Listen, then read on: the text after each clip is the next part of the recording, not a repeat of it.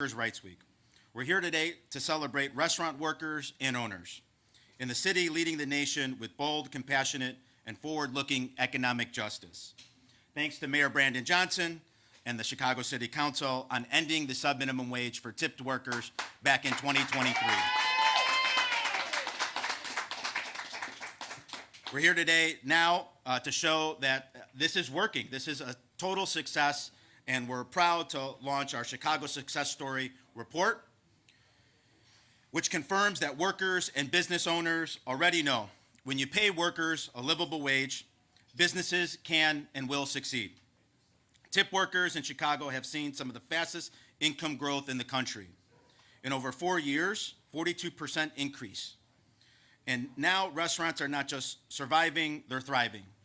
In fact, in the city, there's 856 new food establishment license in 2024 alone. Chicago is showing that fair wages and strong businesses go hand in hand. I want to thank the labor movement, SEIU, HCII, Illinois AFL-CIO, the Chicago Federation of Labor, CTU, Iron Workers Local 63, ATU, the letter carriers, and many, many coalition members that have fought side by side to make this possible. Your commitment to dignity and fairness has been the backbone of this movement. But let's be clear, here Chicago leads.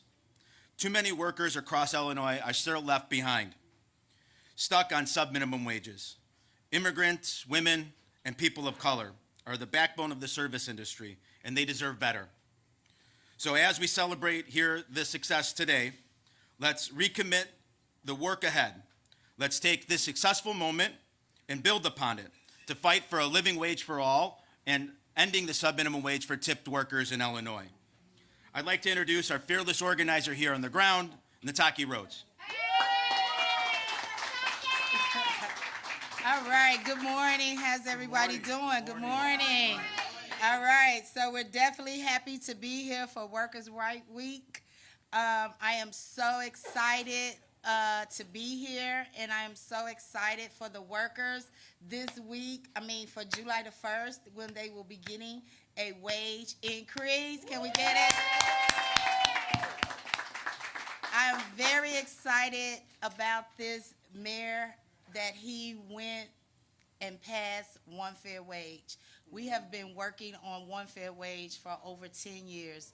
And I am so excited to celebrate it with some of the workers and the leaders that's here that worked hard, went to lobby to the council person.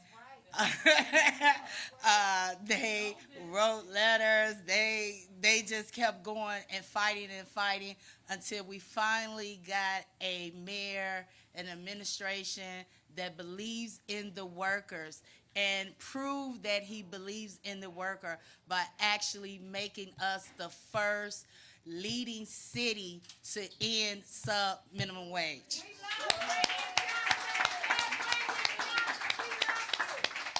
And so not only has he looked out for workers with one fair wage, he's passed paid sick leave for workers. This is a mayor that looks out for the marginalized people, the marginalized workers, the people the voices that has been forgotten.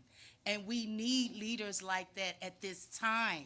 We need leaders that will stand up for us. We need leaders that will look out for Chicago workers that don't want to leave us out.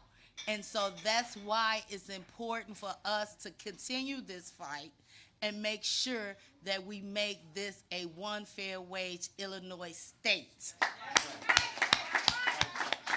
And so right now, I want to bring up another powerful person that definitely kept me in line, in focus, and kept saying, you can do it, you can do it. I would like to bring up the president, co-founder of One Fair Wage, Saru Journeyman.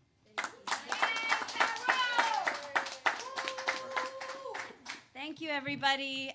What an honor to be here with Mayor Brandon Johnson and all these incredible electeds who have made history here in Chicago. We are releasing a report today called the Chicago Success Story, and we just want to share some of the data that we found recently about this historic wage increase for tipped workers. So as you know, October 2023, Chicago became the first major city, largest city in the country, to independent of a state, end this legacy of slavery, the sub-minimum wage for tipped workers. Chicago made history nationally in doing that, and we have to thank Mayor Brandon Johnson and City Council Alderperson Jesse Fuentes for that leadership in making that historic change. What's happened since then? Well, ADP, the payroll company, has put out data showing that Chicago tipped workers have experienced the highest income increases of any tipped workers anywhere in the country, including California, a 50% increase, and not just in wages, but in tips. And this is so important because there was so much opposition saying, oh, tips will go away. What ADP is saying is that actually tips have grown higher. Tip income has grown higher in Chicago than anywhere else. Finding number 2. We concurred with the city data and we're so thankful to the city for putting out licensing data showing that we have had the same number of restaurants apply for licenses this year, last year, the year before. We have seen steady business growth and steady employment growth in the restaurant industry since the passage of one fair wage in Chicago. Very important finding. Third finding, there's only one city, much smaller, that is only 1 year ahead in the phase out of the sub-minimum wage than Chicago, which is Washington, D.C. And so Washington, D.C. can give us some picture of what's to come. Well, the data just came out on D.C. In April of 2025. Washington, D.C. reported the highest number of restaurant jobs since the beginning of reporting of jobs in the history of Washington, D.C. 30,000 jobs in the restaurant industry. Since 1990, the beginning of reporting of jobs, D.C. hit an all-time high. Over the weekend, CBS News reported the states with the highest levels of tipping. Guess what? Washington, D.C. ranked number 1 in both dining out and tipping. And so what do we have to look forward to? We have to look forward to a robust restaurant industry where workers who are making more money can actually afford to eat out and support the restaurant industry here in Chicago. So we're really very honored to be working with the mayor, the city council to implement this wage increase. And I want to say that Chicago is having ripple effects across the country. In fact, after the passage of one fair wage in Chicago, we were able to get one fair wage passed in the great state of Michigan. And although there has been some pushback, we actually this year are restoring one fair wage in the state of Michigan by this fall. So Chicago has had ripple effects in the state of Michigan. We are hoping that actually the state legislature will follow suit here in Illinois. It's so important because workers outside of Chicago are saying to us, we need this too. Chicago has gotten this. It's incredible. We're seeing steady employment growth, higher tips. We're seeing overall more robust industry. The restaurant owners outside of Chicago are saying we're losing workers who are coming to Chicago to work because they can get higher wages. And the workers outside of Chicago are saying we need this too. So we are calling on the state to follow the incredible leadership of Mayor Brandon Johnson and the city council in doing this. Okay, today we are honoring fabulous restaurant owners, about 16 restaurant owners who have been part of a program we created after the passage of one fair wage called High Road Kitchens, in which we have been providing training, technical assistance, and small grants. We ended up raising $500,000 in grant funding to give to small business restaurants, particularly BIPOC-owned restaurants in Chicago, to support them with free training, technical assistance, and small grants to show them how you can raise wages profitably, how you can increase equity and raise wages profitably. And so many of them are here today. They'll be receiving an award from the mayor, which is really, really exciting. This is particularly important in a moment when these workers are under attack. We know that millions of restaurant workers are going to be losing their Medicaid and food stamps benefits, and we've done the research which shows that more workers will unfortunately lose Medicaid and food stamps as a result of the federal reconciliation bill than will gain any kind of tax cut through no tax on tips. But it is because of those cuts, because of that red herring of a no tax on tips, that we are so proud that Chicago actually is giving these workers the ability to be self-sufficient even in the face of Medicaid and food stamps cuts, and we really hope the state will follow. One last thing. In the face of workers facing all of these attacks, we have an inaugural group of restaurants here in Chicago and around the country that have just launched a program called Solidarity Restaurants, where restaurant owners have signed a pledge that we stand in solidarity with workers who are under attack, whether it be through ICE raids or Medicaid cuts. We stand in solidarity. And some of the restaurants here have already signed the pledge. I want to congratulate and thank the Lickin' and Spill the Beans and Chef Daddy for being a part of the inaugural group of Solidarity Restaurants. We are offering free legal assistance to both those employers and their workers, and signage that says private, do not enter, which would then require ICE to have a higher level of warrant to enter into private areas of a restaurant. We are also offering telehealth services and free medical benefits counseling for any workers who have been kicked off of Medicaid. So we are doing everything we can to support this industry, and we are so grateful to Mayor Brandon Johnson and the City Council for their leadership in making Chicago history by ending the sub-minimum wage for tipped workers. Thank you so much.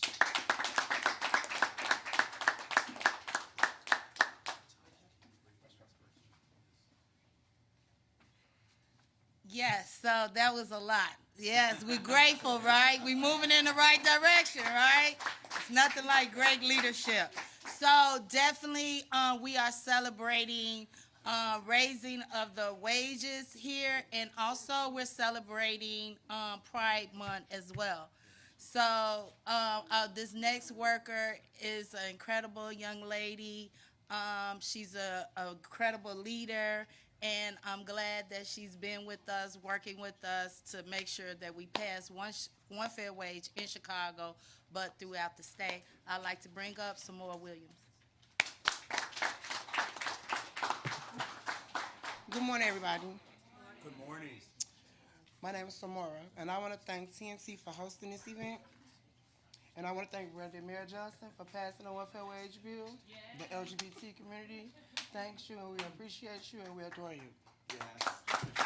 We also want to thank you for raising the minimum wage tips. Whew, I've been in this industry for more than 10 years. And I remember when I first started, like I was telling her, we started at $7.40. Yes, that was a while back. And now, he passed this bill, I see a lot of people won't be having to worry about too much on living from paycheck to paycheck. So I just want to thank One Fair Wage, too, also for accepting me. I was kind of like lost. I was like, what am I going to do with myself after I finish school? And then I ran into this young lady right here. So I want to thank you for passing the bill in Illinois. I pray it get passed out through Illinois. Yes, through Illinois. All right, y'all.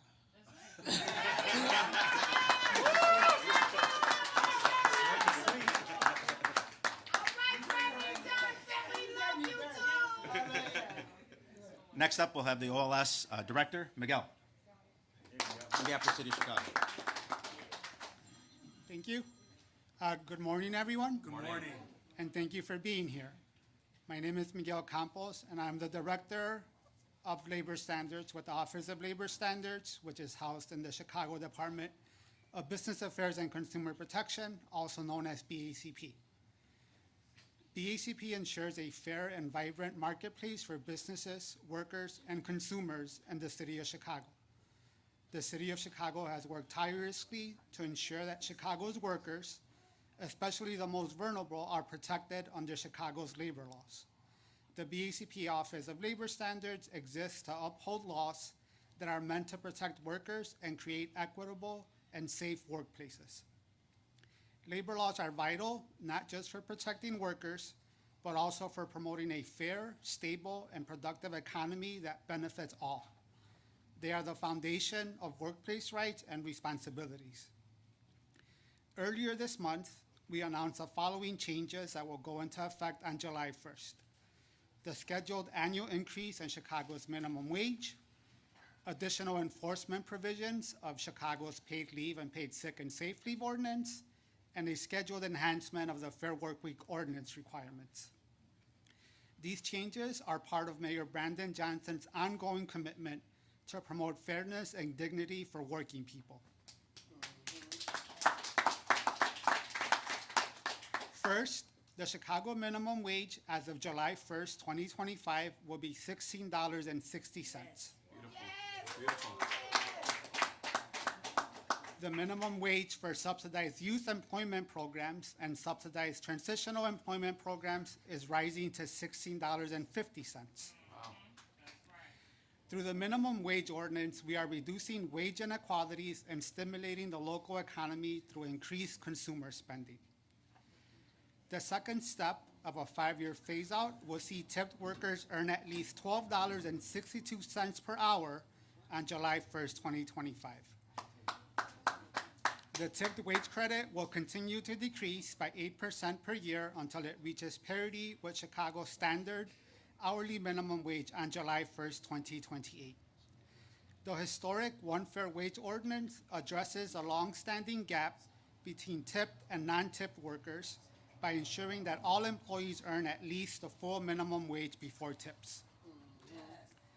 This ordinance creates great stability for workers and simplifies payroll systems for employers. It's a step towards the equity and dignity that everyone deserves. Secondly, under the Chicago Paid Leave and Paid Sick and Safe Leave Ordinance, the following changes will go into effect. Employees who work for medium employers are now entitled to a full payout of their accrued and earned paid leave. Employees are now able to file civil cases for paid leave violations after allowing for a 16-day cure period with their employer. Both of these enhancements come on the 1-year implementation anniversary of the Paid Leave and Paid Sick and Safe Leave Ordinance. The enhancements address concerns that we received from employers. Finally, the scheduled Fair Workweek Ordinance updates will take effect. Under the ordinance, employees in covered industries who earned less than $32.60 an hour or $62,561 a year must be provided with predictable work schedules and compensation for changes in their schedules. BACP has been hosting informational webinars on Chicago's labor laws. This week, we'll host a webinar on Tuesday, June 24th at 2 p.m. in Spanish, and this Thursday, June 26th at 2 p.m. in English. To register for the webinars, you can visit chicago.gov/labor standards. BACP remains committed to enforcing labor laws and working alongside businesses to ensure compliance. When labor laws are upheld, everyone wins. Our workers, our employers, and our communities. To the workers, we see you and we hear you. Please do not hesitate to reach out. With the uncertainty occurring in our city and country surrounding immigration, I want you to know that the city of Chicago is behind you. With BACP, you have an ally and a place where we will keep the investigation confidential so that employers will not retaliate against employees who report a violation. Complaints can be filed anonymously, and we do not ask or care about your immigration status. To file a labor standards complaint, workers can call 311, use the city's Shy 311 mobile application, or visit 311.chicago.gov. Before I close, I want to once again thank Mayor Brandon Johnson for his leadership, support, and dedication to protecting all of Chicago's workers. Thank you, Miguel. Thank you. Next up, Cook County Commissioner Terra. I like that, you know. You're a real celebrity when they just say your first name. It's like Cher. Like Cook County Commissioner Tara. I'm here for it.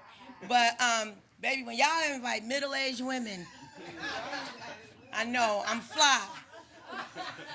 But I am decently middle-aged. All right. Good morning. Good morning. Okay, before we even get started, I don't think we can extol enough the moment that we are in the city of Chicago. That under this mayor, we have one of the most robust economies. We have somebody that's out there on the front line, unapologetically fighting for workers, unapologetically fighting for the least of these, unapologetically fighting for our children. And what I need you all to do, what I got to challenge you all to do, not just yourselves, but your friends, your family, your neighbors, is please speak on behalf, like what you know to be true, share that truth. Share the moment that you are in right now when you know that under his administration, as the sister said, there's less of that check-to-check living. Right? I need you all to share that under his administration, you have someone that says, no, I will not criminalize black youth in this city under my watch. I'm not doing it. Right? I need you all to take back that under this mayor, we are breaking grounds, cutting ribbons for affordable housing in a city that not only shut down public housing, but shuttered public schools. I need you all to take back to you all's communities. When all of the misinformation is being shared, understand that the way that we do not get ahead is for great people to be silent. Right? I need you all to understand that no matter what it looks like and what it feels, you were born to meet this moment with this man. You were. You were. Just as your ancestors were born to meet the civil rights movement, just as their ancestors, our ancestors was born to get through not only the Middle Passage and make it to this ground, but to get to freedom. We were born for the moment that we are in right now. So I need you all to be like flat-footed, 10 toes down about who you are in this movement and who you standing with in this movement. I'm going to need y'all to give me a little something back. Can I get that? All right. Now, y'all know, bear in mind, that ain't had nothing to do with my speech. But, you know, it'd be a provoking of the Holy Spirit. That, you know, because I'm going to tell you, look, I ain't going to go into all of that. But I knew when, okay? And so God makes no mistakes.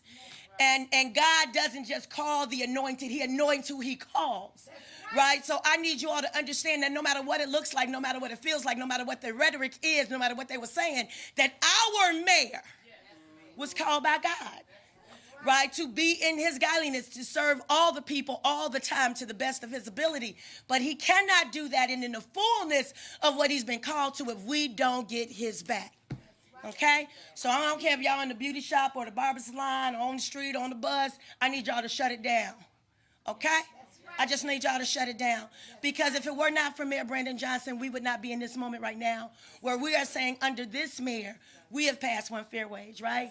And under these commissioners, back when this brother was a commissioner, we sent the resolution forward saying that we, the Cook County Board of Commissioners, support the one fair wage throughout the state, and we're urging our state legislators to be about that.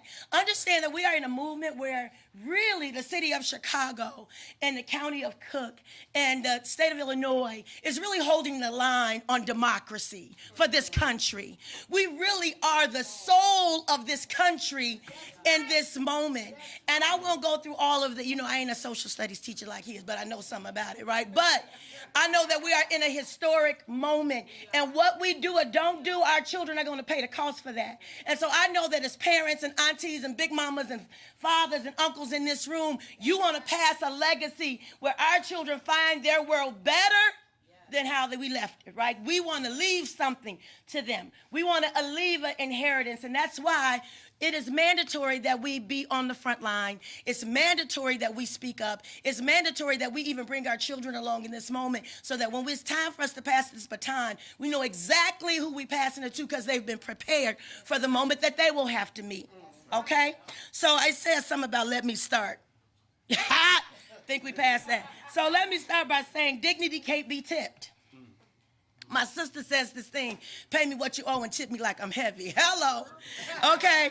And I stand here today because I believe that every worker, no matter their zip code, their job title, their background, deserves one fair wage. In this moment, Chicago is moving in the right direction. The subminimum wage for tip workers is finally being phased out. That's a long overdue victory that did not happen by chance. It happened because of the organizing, the protest, the policy work, and most importantly, the voices of working people who refused to be silenced. But I need to be clear, our work is not done.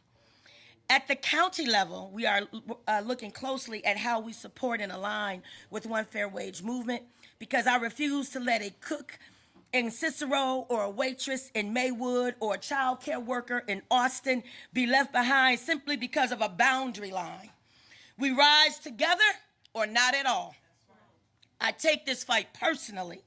Before I was your commissioner, before I stepped into this office, I stood in front of a classroom for nearly 25 years. I taught children who watched their parents work themselves to the bone and still come home short on rent. I taught students who carried grown-up burdens on their little shoulders. I've seen how low wages steal joy, limit opportunity, and trap families into cycles of poverty. So this isn't abstract for me. It's real, it's lived, and it's personal, because politics is personal. I come from humble beginnings. I'm the daughter of the late Marion Stamps, a community organizer who taught me you don't just wait for justice, you demand it. You organize for it, you build coalitions, you raise your voice, and you never let comfort make you forget your calling. That calling brought me into government, not to play politics, but to fight for our people. And I believe the fight for one fair wage is the most important justice fight of our time. It's about more than just paychecks. It's about how we define value in our society. It's about whether we believe black and brown workers, immigrant workers, women, young people all deserve to live out the fullness of their labor. So here's my commitment to you. I will continue working with my colleagues at Cook County to explore and expand wage equity policies that mirror and support what's happening in the city. I will work with advocates, unions, and frontline workers to shape legislation that protects, not punishes, those just trying to survive, dare even thrive in this country. And I will keep reminding this region that justice cannot be stopped at the city line. One fair wage is about restoring economic dignity and ending the legacy of subminimum wage, especially for tipped workers. Chicago has taken steps, but the county level action is so crucial to create a unified regional standard. Commissioner Tara Stamps, I bring frontline teaching experience working with families affected by wage injustice. And this is my commitment to you, that your fight is my fight, and that wage justice is directly tied to racial, gender, and economic equity.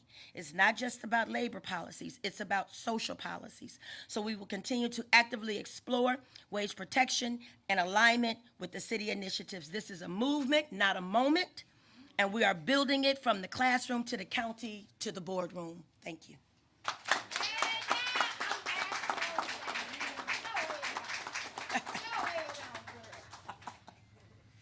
That's going to be a tough act to follow.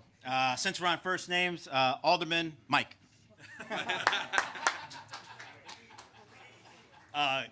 Coming from my cousin, Rich Rodriguez, that's okay. I'm 22nd Ward Alderperson Mike Rodriguez, chairperson of the City of Chicago Workforce Development Committee. It was an absolute honor to be a part of this campaign, a campaign to end centuries of economic disparity for black and brown women. Let's remember where this sub-minimum wage comes from. It comes from post-enslavement employments of black women and Mexican women in this country. It is time for us to end that. And I'm glad to be here in the city of Chicago, where over the next several years, we will be ending the sub-minimum wage for restaurant workers. The fact is that a majority of restaurants are already paying the minimum wage with tips on top. Let me repeat that. In the city of Chicago, restaurants in the city of Chicago, over 50% already are paying that minimum wage and tips on top. What we're saying is for the 30 to 40% of those restaurants, they've got to change their culture over these years. And we've done it in a way to phase it in. Right? We're phasing in over a 5-year period. So let's remember how we're doing this, how we've won, and how we are not going back. That's right. We are not going back. That's right. We are not going back. That's right.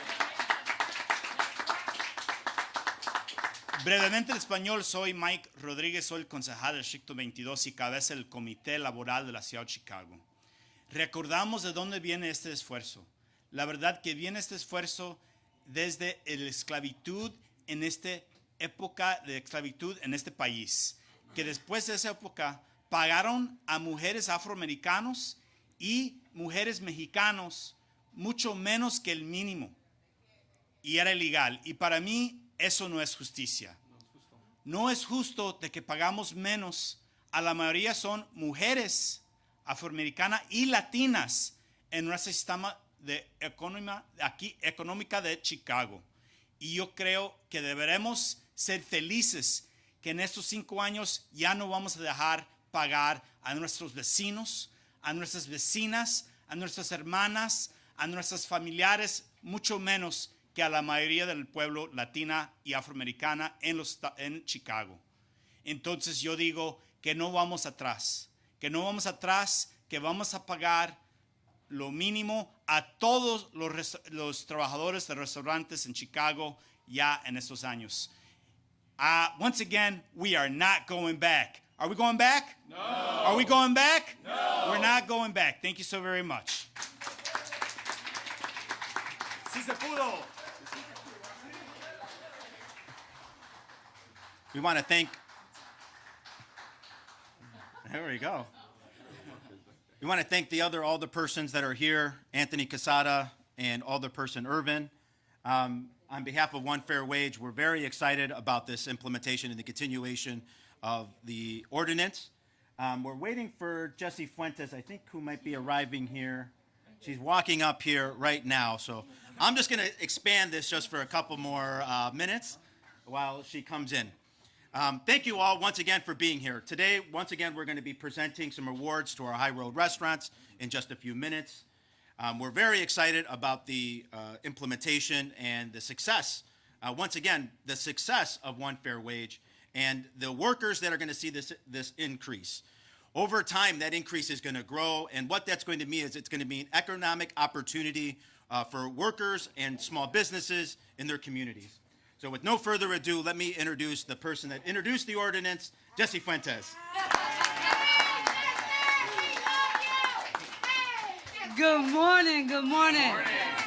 I'm Alderperson Jessie Fuentes, the proud Alderperson of the 26th Ward, and I'm happy to be here celebrating what will be the second raise for tipped workers across the city of Chicago.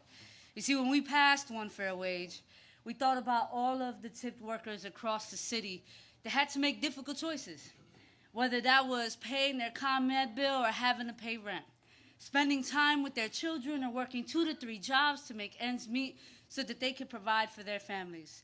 But since we have passed One Fair Wage, there have been hundreds of new food business licenses across the city of Chicago, 50% fewer of restaurants not renewing their licenses, more than 2023 before we passed One Fair Wage, so that the rhetoric that One Fair Wage is killing the industry is just not holding up.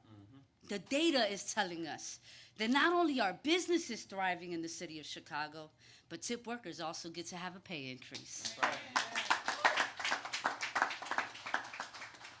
I support workforce, I support labor. I also support business owners and the business industry, and there is a world where we can do both. And so today we're going to celebrate the increase that our tipped workers are going to receive in the city of Chicago while we continue to do the work to support the industry.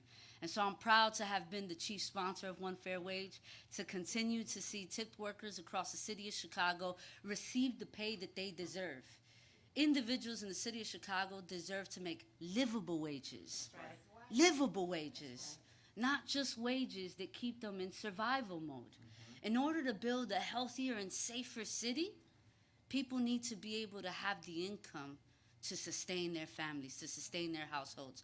I represent a ward where an overwhelming majority of my district is house poor. Overwhelming majority of their income is going towards just providing a roof over their head. Today, we get to tell folks that they're going to get a pay increase so that that threshold lowers. And the goal should be ensuring that we lower that every single year. making sure that families get to do their very best in the city of Chicago. And so I'm glad to represent the 26th Ward, to be elected in the city of Chicago, and to be a supporter of tipped workers across the city. Thank you all for being here today.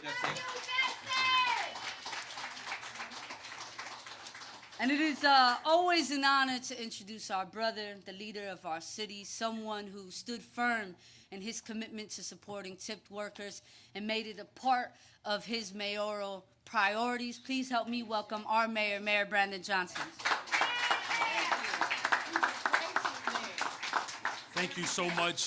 Good morning, everyone. Good morning. And happy Workers' Rights Week here in Chicago, around the country, as we know that if it were not for workers, this country would not be what it is today. In fact, the greatest representation of workers that ultimately led the struggle for the liberation of our country were the greatest work stoppage and job action in the history of this country, is when slaves put their tools down and took up what was necessary to fight for justice. And so today, in honor of the legacy of the ongoing struggle for workers in this country, we do pay homage to those who made it possible for us to stand firm today. With that, I'm grateful for the leadership of Alders Fuentes and Alderman Irvin, Quesada, Rodriguez. Thank you, Commissioner Stamps, for being here today. I will say, Commissioner Stamps, I don't think our ASL brother had to work as hard as he've ever had to work to translate your powerful presentation. I mean, there was literally steam coming out of his hands. So I promise I won't make your work as hard. But to the entire One Fair Wage team, Saru and Nataki, they have just been incredible leaders and organizers fighting for workers all over the country. And then I want to give a special shout out to Tony and Tamika, AKA TNT Rooftop, right here on the west side of Chicago. I would encourage all of you to come here and dine, eat, get to the rooftop, particularly summertime shy here on the west side of Chicago. I would highly recommend the shrimps. I know that's vernacular for folks on the west side, but your shrimp and grits, but also get the lamb chops. They're good too. So, and all the other elected officials who play a part in the transformation of our city. You know, the contribution of the One Fair Wage Ordinance in Chicago and the passage of this ordinance has really transformed the lives of so many people. This was a bold ordinance that reaffirms that right here in Chicago, everyone gets to earn a fair wage. And here in Chicago, all workers are heard, seen, and valued. And let me be absolutely clear. Turning the page on subminimum wage in Chicago was not a small feat. It took perseverance, it took partnership, and ultimately it took strong organizing.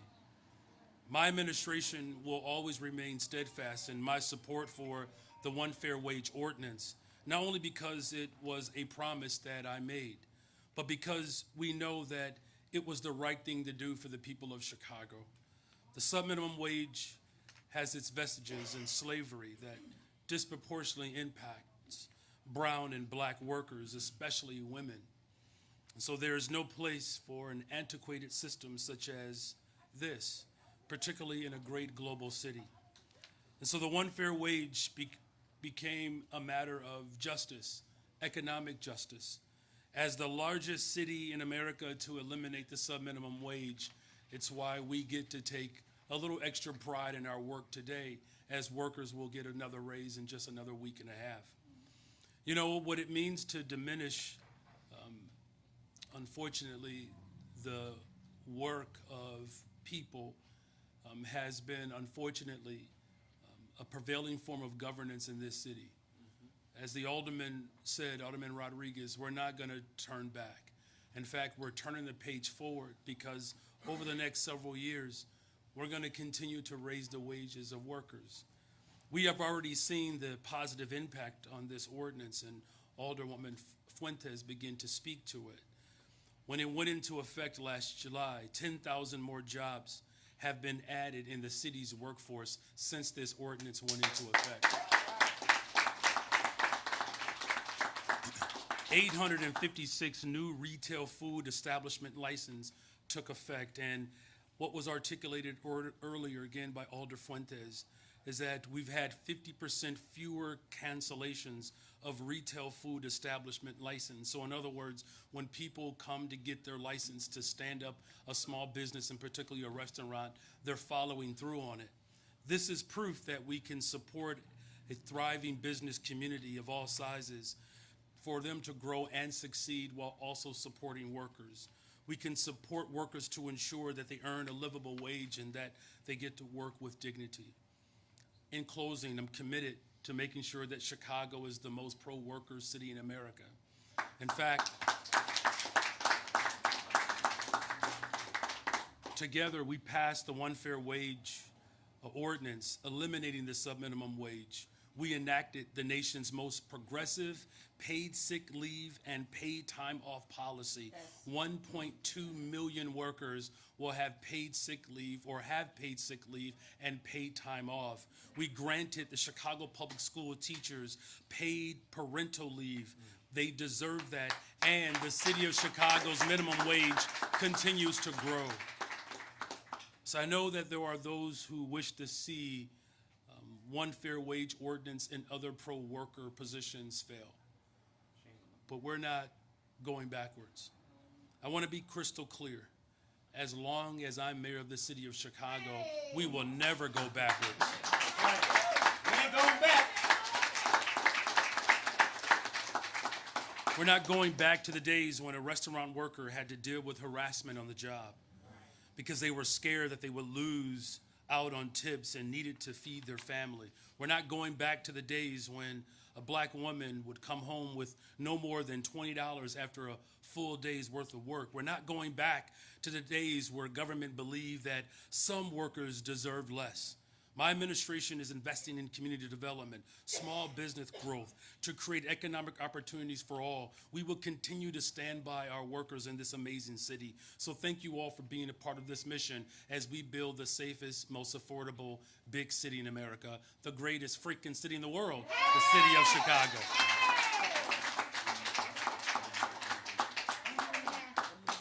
And so with that, I look forward to the continued partnership as we continue to lead the nation, and I look forward to celebrating Workers' Rights Week. And with that, is this the time? Yeah.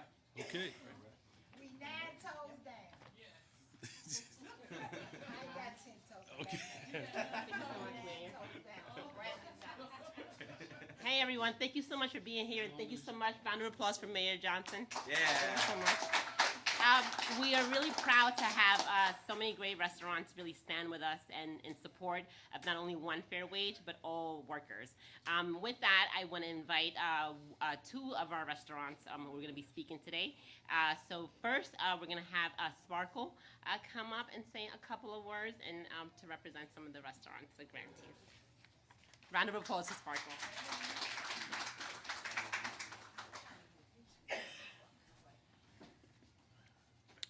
Hello, guys. My name is. Oh, okay. Y'all talk back. We're like raised y'all. right. Okay. My name is Sparkle Rucker. I'm the owner of the Black Vegan Restaurant in Little Village. Nice. If you haven't heard of the Black Vegan Restaurant, we opened during COVID 2025. That's when everyone had lost their jobs. We didn't receive any income for about a year because we were focused on helping those, giving out free food, allocating funds, and just really putting the community first. We've been open 5 years, and if you are a business owner or even someone who works in a business, you know that's going to be a very long 5 years. But thankful to organizations that support our workers receiving fair wage and just any additional resources, we've been able to not only survive but thrive during tough times. Nice. I had the fortunate experience to have worked in kitchens all my life. Many times after high school, I worked 16-hour days, day in, day out, and if you worked, 16 hours a day, sometimes it's just enough to pay the rent on the 4th instead of the 1st. And so when I opened my restaurant, I wanted to do everything that I could to give my employees the experience to live a life where they didn't have to struggle as much as I did. Unfortunately, that's a lot easier said than done. 3 months ago, I was giving labor to my daughter, and in the process, I was still answering phone calls and receiving catering orders just so that we would still have income so that my workers would receive their pay for the weeks and the weeks to come. It's hard to put other people first. It's hard to give support when support is so hard to find. It's a blessing to have organizations that look at your business and say, where can we fill in a gap? Where can we create abundance? And so if there's any way that you guys can support organizations like this that give back to businesses, and not only just business owners, but the workers within them, please do. Right now, as a business owner, we've been always paying our employees the fair wage and tips, like they mentioned. But we found this organization because we wanted to find out what more can we do? What more can we do to assist, to give our employees a healthier life? As a business owner, that means that I'm making less than the tip workers who make $3 an hour. I'm trying to get up there myself to $3 an hour, but we want to put our employees first. So with organizations like this, I'm very appreciative, not only for the training.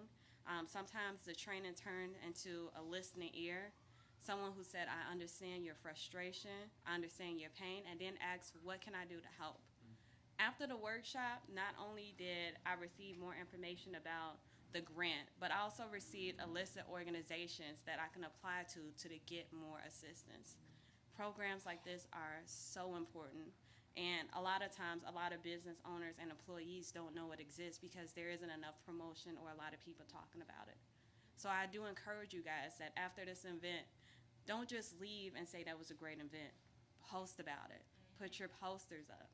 Put your pictures up. If you're on social media, Facebook, Twitter, there's so many new social medias out there, but really, really spread the word about it because people need to know that support like this does exist because it's so, so well needed. I found it just by luck, honestly, and I wish I had found it years and years ago. So please support organizations like this. Tell your friends about it. If you have any other business people who can do more to pour into foundations like this, please do, because it doesn't just help you, it doesn't just help me, it helps the whole community, and that's what we need to focus on. Thank you. Thank you so much. Round of applause for Sparkle and the Black Vegan. I definitely suggest that you stop by her restaurant. We need more vegan restaurants, and it was really powerful to see a Black vegan restaurant. So thank you so much, Sparkle. Next, I want to invite Jalon Welch, who is going to speak on behalf of the Liquor. Good morning, everybody. How you doing? Good morning. My name is Jalon Welch. I'm here speaking on behalf of the Liquor in Chicago and my uncle, Lenny Weston. And first and foremost, I just want to thank, One Fair Wage for putting this together for us, especially being Black businesses, especially in the food industry, where, people of our color don't really thrive, and we're not supposed to. That's what it's looked at sometimes. And I also want to thank Mayor Brandon Johnson for being here and doing all that he does for our city, especially me being 23 years old. I think it's really important for us to, be able to see somebody, a man of our color, do what he does and, be able to lead us in the right direction. But I have a couple of notes here. I just want to give you guys a little background on the Lick in Chicago. We opened 6 years ago, 2019. And, it all came from just my uncle going down to Miami and partnering with DJ Khaled and thought it would be a great idea to come back to the west side of Chicago where we're from originally and just show people that you can be from a side of the city and you can also start a business in the side of the city and it be successful. So I think that's really important. And, especially with us being a solidarity restaurant, I think it's important to show our immigrant brothers and sisters that we're here backing them and allowing them to know that, we're here and we're going to protect them because at the end of the day,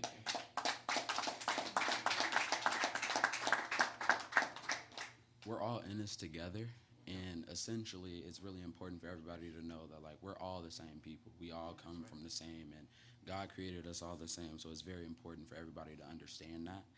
And one more thing is just, like, it's all about fairness. You know, it's all about care for our workers. And, you know, me growing up in the city, me going to SIU Carbondale, I've seen it. I've seen families live check to check. I've seen all of that happen. So for me, just to be here, to be able to talk and to be able to spread my voice is really important for us. And I just want to say thank you once again.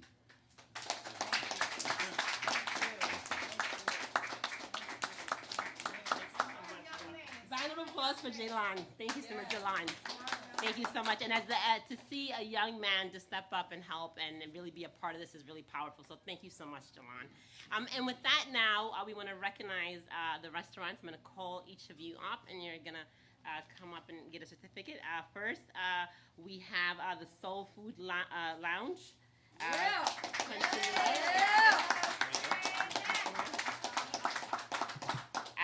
Next, we have Jaylon Welch from The Licking.